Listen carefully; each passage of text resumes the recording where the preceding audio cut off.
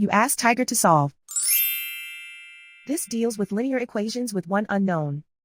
The final result is x equals -45. Let's solve it step by step. Group all constants on the right side of the equation. Subtract 3 from both sides. Group like terms. Simplify the arithmetic.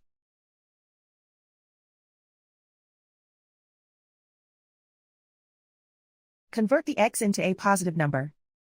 Multiply both sides by -1. Remove the ones. Simplify the arithmetic. And so the final result is x equals -45.